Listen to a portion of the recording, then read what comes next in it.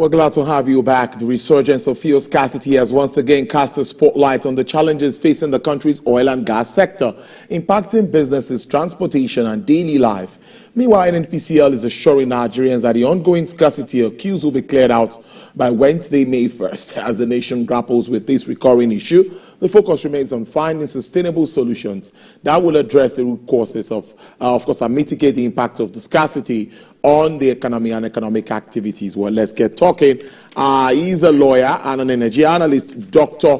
Ayodele Oni. Dr. Oni, good afternoon. It's good to have you join the program. Thank you very much for having me, for always having me. Thank you. Fuel scarcity is back. Before now, it used to be 2 days, 3 days, and things get back to normal. But this is exceeding 1 week, and it is not getting better. Even in Lagos, where most of the trucks are coming to load to other states. In your thoughts, what do you think is really wrong, considering all that the NNPCL, IPMAN, and other stakeholders have said? Okay, I think it's a problem they've allowed to... So I look at it from two perspectives. In the oil and gas industry, information is critical. Sensitive information is critical. If you hear that there's likely to be a challenge, it affects fuel price. Internationally, if you hear that there's going to be war somewhere, or there's going to be a challenge somewhere, crude oil prices go up, right? Particularly where it's in the Gulf or areas or countries where they will produce crude. So in Nigeria, if you hear that there's going to be prices are going to go up or go down, you see everyone rush to the pumps, and that's going to lead to scarcity. Now, in this instance, I've heard all sorts. Now, but what I understand is that there may be challenges with logistics around ship to ship. Mother vessels bringing finished product up to a point because of the depth of the water. They need smaller vessels or boats to then bring them to the terminal. And those boats, there are challenges around those boats. They don't have sufficient at the moment for whatever reason it is. That's what I understand. Asking a few people questions from the NNPC. Now, people can debate that. People can say, oh, why is it that case? It may well be that those guys are having regulatory challenges. I do not know, you know. And then there'll be stories around refineries in Europe, in Holland, in those places where, in Belgium, in those places where we get finished products, that they are doing their turnaround maintenance. So to be honest, it's maybe a combination of so many things happening at the same time and leading to what we see. No one can say for certain. I can't say for certain, but that's the much I have heard from speaking to people in the industry.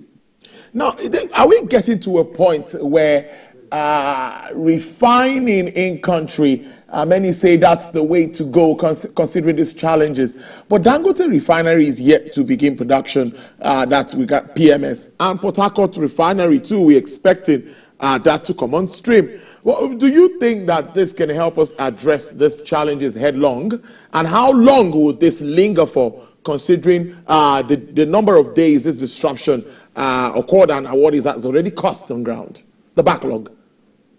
Yeah, the truth is that once you have a logistic problem, it can lead to, it usually have a multiplier effect, right? Mm-hmm. If there's something around being able to ship petroleum products from Europe here, even when that get resolved, remember that it will take you anywhere from 10 days upwards to be able to bring those items in country. So once you have a challenge, it then will take those number of days to get it resolved at the minimum.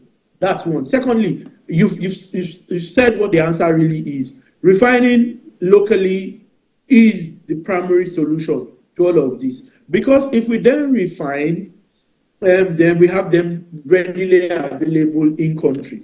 But we need to be able to refine sufficiently. And now Dangote is not started to refine because there's a process, right?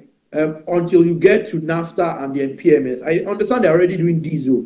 So Port Harcourt will have the same challenges and other refineries. And modular refineries do not do PMS. They at best do NAFTA.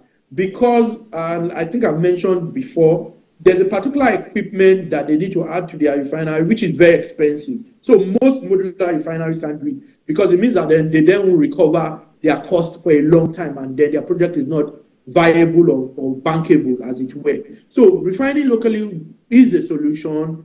The question then is, do we have sufficient crude locally to then refine locally? Because if you have logistic issues, it may even affect crude. So if they can't bring in crude, you can't then refine. But we have huge oil and gas reserves so that we should be able to refine. But there are issues around getting financing and doing forward sale agreements, whether private sector, whether it's the NNPC, that's in the press, right? So we need to encourage, one, the regulatory approval needs to be given for some of these assignments. And the guys who are even doing the deals, the Seplat, Mobiles, Aradel, all of these projects that have been done, these acquisitions, whatever documentation is outstanding, they need to provide it. And then the government too then needs to give them approval so that crude production can increase. There can be more capex put into it and it can increase so that we then have enough crude locally to be able to refine. Because remember, under the PIA, there's a requirement for crude producers to reserve particular quantity for refiners. But I know those things take into consideration the contracts you already have and all of those. So if you've already contracted most of your crude for the next 5 years, it then means regardless of a crude, an obligation to reserve particular quantity of crude for local refinery, you won't have those. So we first need to ensure that we produce much more than we are producing, because we already created security on a lot of crude in the past for money we need now for our future crude. So we need to produce more, and then we need to be able to support Dangote and everyone else to get to the point of refining PMS. Because then diesel will be a problem, but PMS will then continue to be a problem. And you know that also has a multiplier effect. You see the fuel queues. People spend more man hours at the filling station, and then you see traffic everywhere in Lagos because the few filling stations that have, people block everyone else's access. So it's a critical thing we need to resolve. This is really worrisome. Now, let me take you back to the Petroleum Industry Act, which is an act that we've talked about. I know you've talked about it countlessly on this program. It seems to me like the implementation of this to the latter is becoming an issue. How well are we following through with this document, considering what we have on ground at the moment? Okay. That's a very important question. I recall I've said it countlessly that our problem in Nigeria is not brilliant policies, brilliant people, brilliant documents. I dare say we have some of the best laws in the world. The issue is that the devil is in the detail of implementation. If we do not implement, this is where we will always find ourselves. And of course, once in a while, you would have external factors impact what you do regardless, right? World issues, COVID, all of those. But that said, we need to do a bit more around implementation, even the PIA, because there are many very laudable, useful provisions that we are not yet implementing. There may be historical challenges, not necessarily from this government, but there are historical challenges that have then made the implementation a bit more difficult. But yes, we're not 100% implementing. In some cases, it's just not practical to do that immediately, like remove completely subsidy, do a few things. I was surprised when I heard that NNPC is still the single importer of finished products. That, by virtue of the PIA, should also not be the case. There should be more licenses, refiners should be licensed, a number of those things should already be in place. So I think government just needs to ensure that it does more to without prejudice, of course, to external factors, which we may not be able to do much about, and regardless of the historical challenges, government does need to do more. I understand the president's special advisor is doing quite a bit to push through some of these things. So yeah, we will get there, I believe, as a country. I know it's taking so long and people can't be patient anymore, because we say this all the time, right? But it is what it is. In all sincerity, looking at the level, you are an expert in this field. How soon do you think that we could begin in-country production?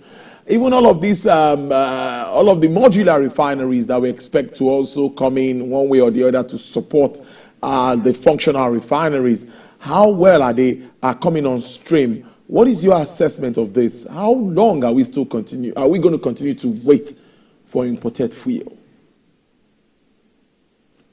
Okay, if your definition of fuel is PMS, we may still be looking at another 3 to 6 months at the minimum. I don't have all the information, but if it is diesel, I think we're already on our way.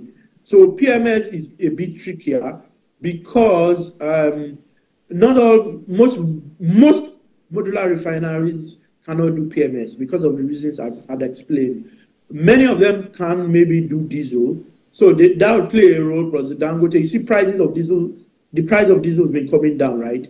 But PMS has remained almost intractable because we've not started local production. I think another 3 to 6 months maybe we could, and that's the earliest, right? That's being optimistic.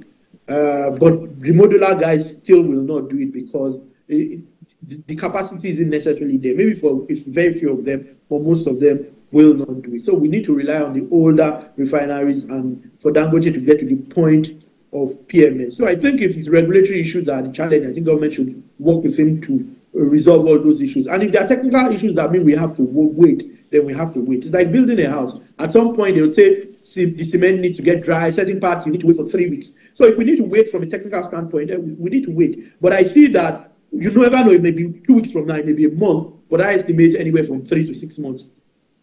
That's my view. But this current scarcity, I think by the end of next week, end of this week, by this weekend, we should be out of the woods, I believe. Well, it's a serious one. Finally, before I let you go, now let me ask you: do you think that marketers would want to import PMS at this time, considering the issues that we see? One thing is clear: there seems to be a level of stability in the foreign exchange market. If that continues, do you think we are getting to that point where maybe major marketers will want to start to import PMS? Yeah, why not? To the extent that they can work around a solid business plan, why not? A solid business model, rather. Why not? If you factor forex prices and you put a margin of some sort, and you know how the currency has been in the last 1 month, 2 months, then why not? You just have to have a business model that works. Yeah, and you sell profitably. Why not? I don't see why not, unless there's information they have that I don't. But as I sit here, I don't see why not, actually. Unless, of course, they don't get the regulatory approvals they require. Interesting stuff. I must thank you so much, Dr. Odele Oni, for your time within your busy schedule. I must appreciate you, energy analyst and lawyer. Thank you. Do enjoy the rest of your day. You too. Thank you very much for having me. Enjoy the rest of your day, everyone. Well, let's see how it plays out.